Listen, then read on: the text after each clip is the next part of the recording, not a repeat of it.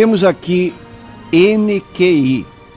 A pergunta é a seguinte: os mortos santos do Antigo Testamento vão ressuscitar juntamente com a igreja ou no final da grande tribulação, no início do milênio? Nós queremos dizer que, à luz da Bíblia Sagrada, de acordo com João 5, 28 e 29, haverá duas ressurreições. Isso foi mencionado pelo Senhor Jesus Cristo.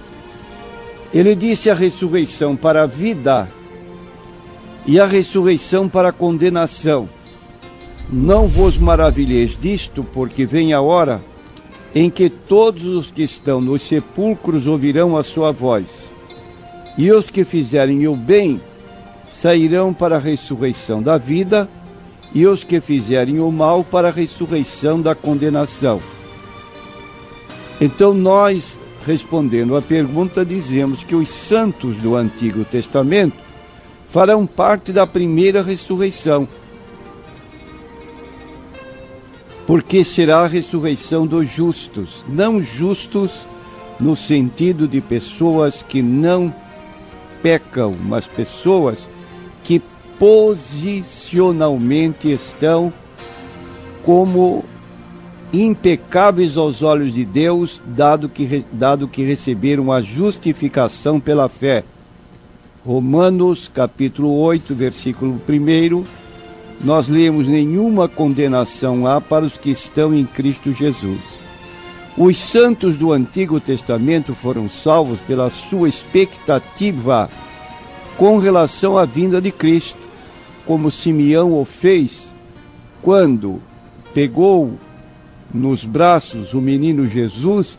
Ele disse: Senhor, despedes em paz o teu servo, porque os meus olhos já viram a tua salvação. Então os santos do Antigo Testamento olhavam para a frente, como nós hoje olhamos para trás, para o episódio histórico da vinda de Cristo, do seu nascimento, do seu ministério e de sua morte e ressurreição. Esta fé em Cristo é a fé salvífica daquele que se tornou o nosso substituto. Daí dizermos que cremos na morte vicária, que significa que ele tomou o nosso lugar, e expiatória, que significa que ele apagou os nossos pecados. Capítulo 20 do livro do Apocalipse, versículo 4, nós lemos o seguinte: e vi tronos, e assentaram-se sobre ele aqueles a quem foi dado o poder de julgar, e vi as almas daqueles que foram degolados pelo testemunho de Jesus e pela palavra de Deus, que não adoraram a besta nem a sua imagem, não receberam o sinal na testa nem na mão, e viveram e reinaram com Cristo durante 1000 anos. Versículo 5, mas os outros mortos não reviveram, até que os 1000 anos se acabaram. Esta é a primeira ressurreição. Bem-aventurado e santo aquele que tem parte na primeira ressurreição. Sobre estes não tem poder a segunda morte, mas serão sacerdotes de Deus e de Cristo, com ele reinarão por 1000 anos.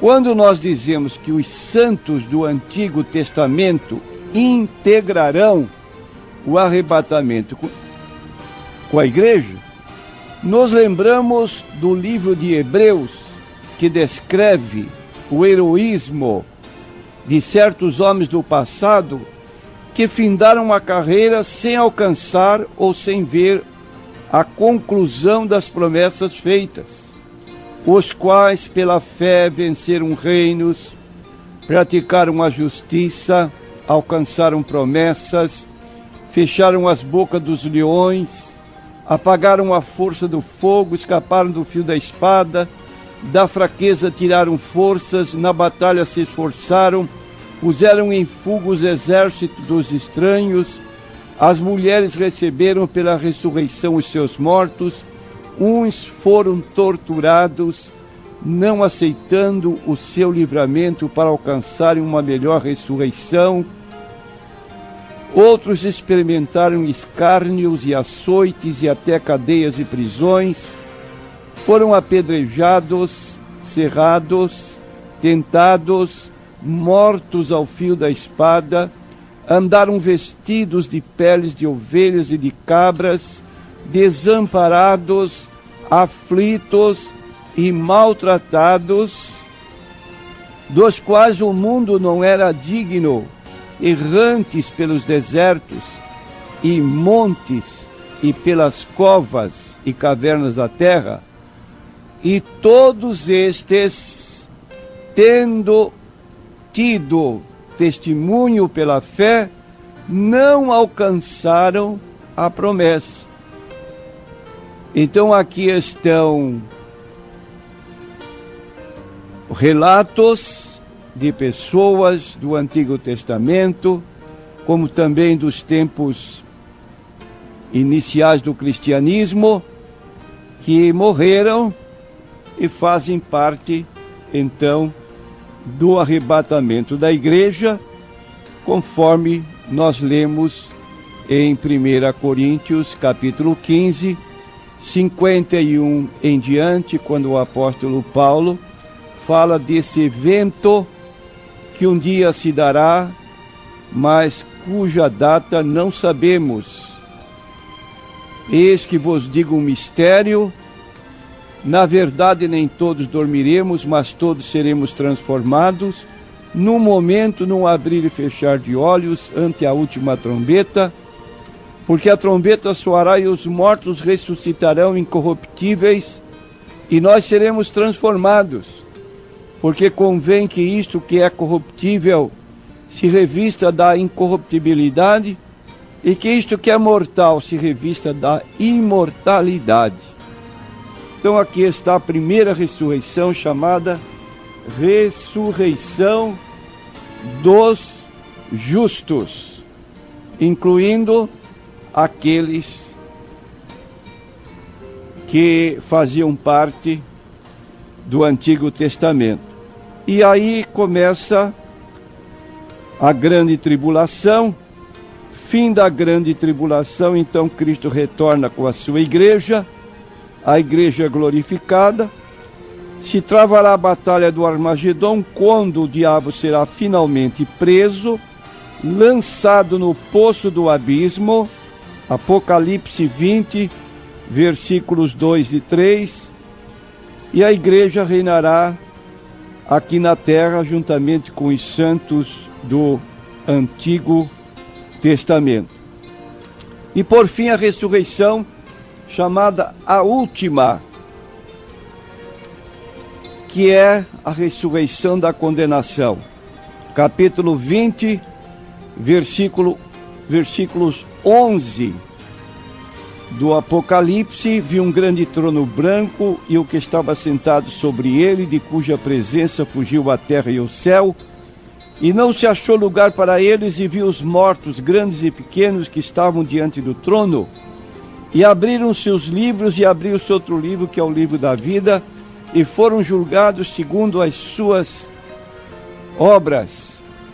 E deu o mar os mortos que nele havia, a morte e o inferno deram os mortos que nele havia, e foram julgados cada um segundo as suas obras. E aquele que não foi achado escrito no livro da vida foi lançado no lago de fogo.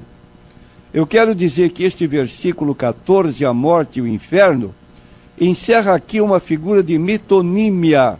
Procura no dicionário o que é isso.